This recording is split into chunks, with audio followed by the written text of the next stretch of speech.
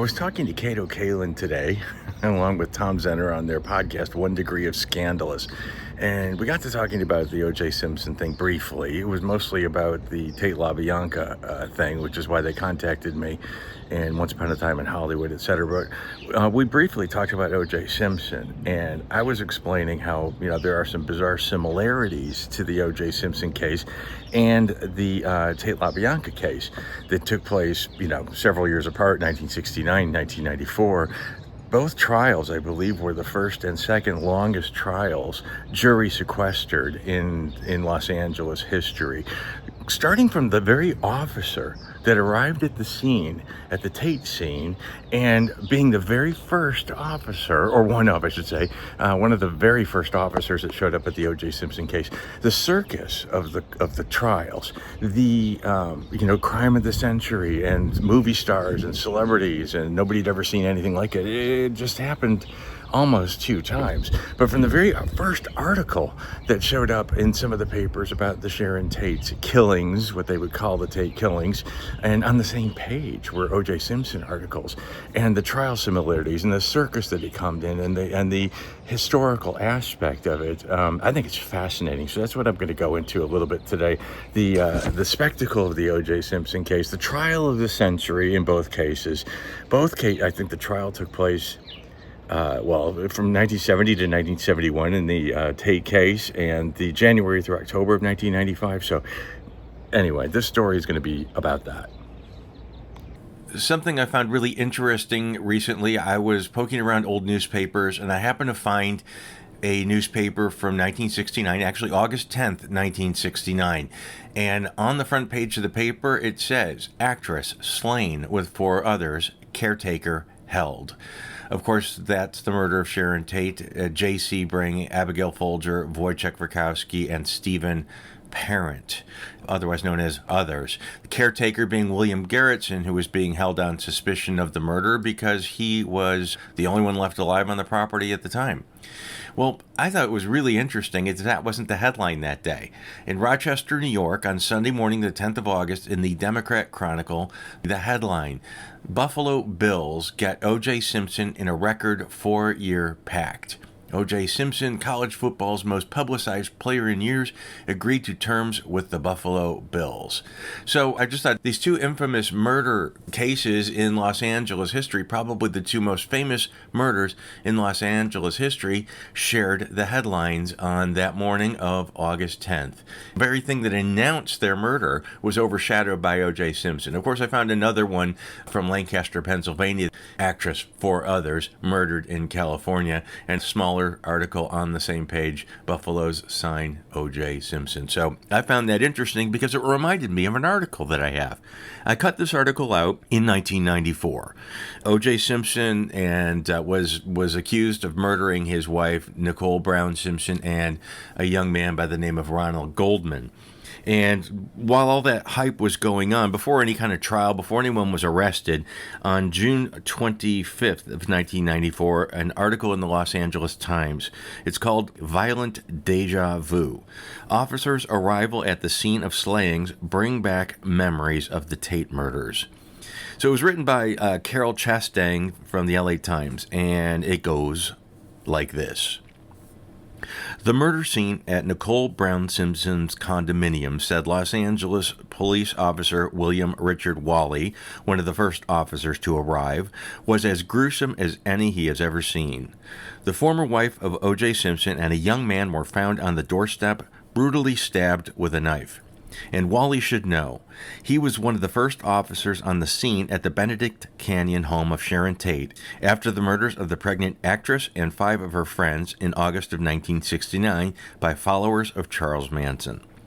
Then, a 22-year-old rookie, Wally was working in the LAPD's West Division when he was sent to the Tate house where the victims had been stabbed repeatedly and blood had been spattered on the walls. Now 48 years old and with plans to retire in January, Wally finds it peculiar that his career opened and closes with the arrivals on the scenes of 2 of the most shocking and high-profile murder cases in the city's history. I've seen many murders over the years, and Simpson's was kind of a flashback, the celebrity involvement and an extremely violent scene. Walley has seen a lot of victims of shootings, stabbings, hangings, everything there is to see in 27 years. Walley has a gravelly voice and a reflective nature, works the night shift as the West Los Angeles station, where he has been assigned since 1979. During the first hours of his shift on June 12, 1994, he and other officers were called to Nicole Simpson's townhouse on South Bundy Drive in Brentwood, where her body and that of her friend Ronald Lyle Goldman were found. Walley was ordered to search the house. The two kids were sleeping in the house. After we conducted a search for any more victims, we got them dressed. Walley said he took the two children, ages 9 and 6, out the back way through the garage. He drove the children to the West Los Angeles station and then returned to the scene, directing curiosity seekers away from the townhouse. In 1969, at the scene of the Tate murders, Walley did guard duty, and after the bodies and evidence were removed, watched the house alone for 16 straight hours. There were a lot of people coming to the gate, looky-loos, he said. My job was to walk around the house and watch and keep people away. Since the house was on a hillside, people would climb up and try to get a look. There were tense moments. At around 11 p.m., I was sitting in my car watching the house. It was so eerie. I was there by myself. We still had no suspects, and we didn't have radios like we do now, so it was hard to communicate. I thought the suspects might return to the scene. Suddenly, he said, a cat jumped on the hood of my car, and I almost shot through the windshield. The next night, he was paired with another officer to watch the house.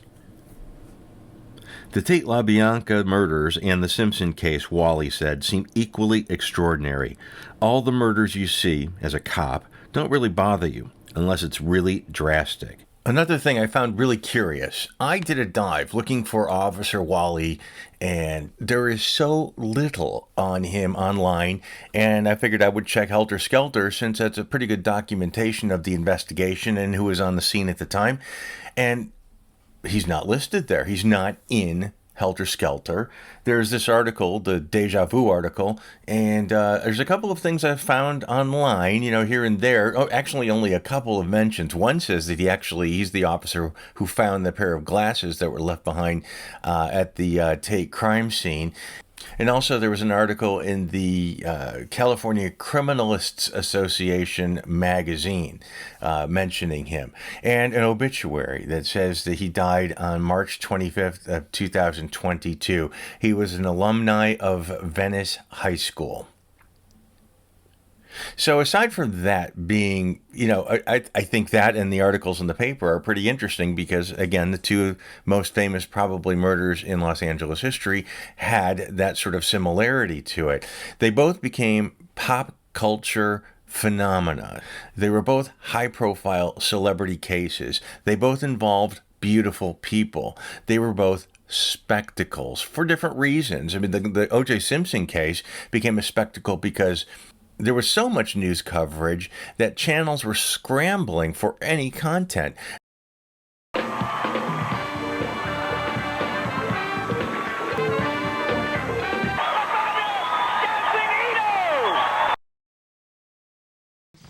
this where the party is? Yeah. What do you say, Ito? That will mean disqualifying all these jurors, but very well, this is where the party is. Welcome back to the show. You gotta have my OJ, baby. Got no time for you is today's program. You've just come back from Los Angeles, where I believe you were lucky enough to receive an autographed T-shirt from, who is it?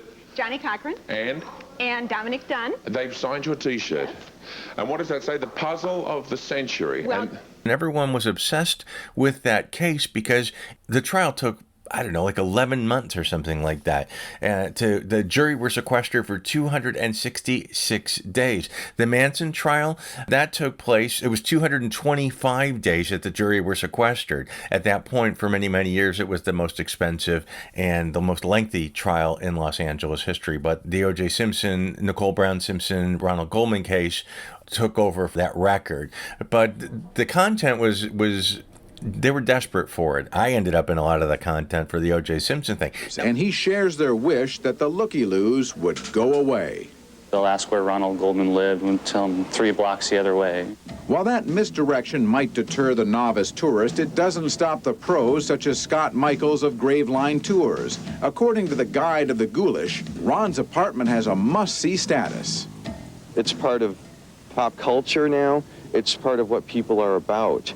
People are always been fascinated with the macabre. Now, back in 1969, when they were doing the Tate case, the Tate LaBianca case, there was so little, cameras are not allowed into the courtroom, so we had to rely on drawings.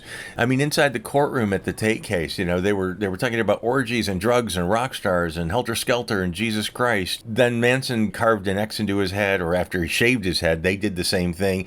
And Manson, of course, during the trial, he dove for the judge very famously with a pencil, saying, "I should cut your head off during the trial." That's just fascinating. Manson, he was never going to get there. He was never going to get to the judge. The people on the outside of the courtroom, the ones, Sandra Good and Lynette Frome, they were stepping up to the spectacle, dressing bizarrely, shaving their heads because the girls inside shaved their heads because Manson told them to, and they carved X's into their foreheads. And then the girls outside on the corner, they would sing and they would talk to everyone that go by, and every time they were interviewed, they'd say things like, "You're coming, we're coming after you next." Even President Nixon commented on the Manson case, which sort of made it into a whole different level of bizarre. I noted, for example, the coverage of the Charles Manson case when I was in Los Angeles. Front page every day in the papers. It usually got a couple of minutes in the evening news. Here was a man who was guilty, directly or indirectly, of 8 murders without reason. It was a spectacle on the inside, whereas the O.J. Simpson case was more of a spectacle on the outside. But as we know, the Manson case ended up with a guilty verdict for Manson and the 3 girls, and ultimately Tex Watson was convicted in a different trial. Simpson was found not guilty, which doesn't mean he was innocent. That just means they couldn't prove it without a shadow of the doubt.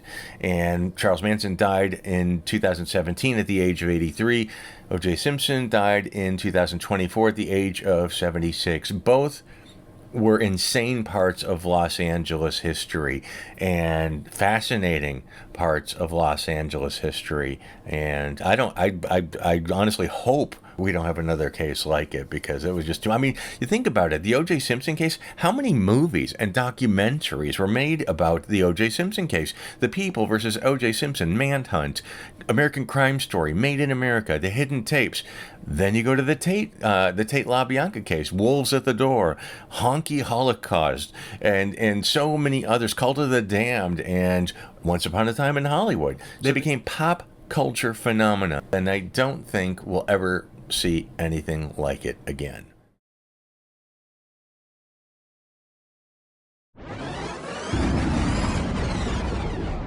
You heard me.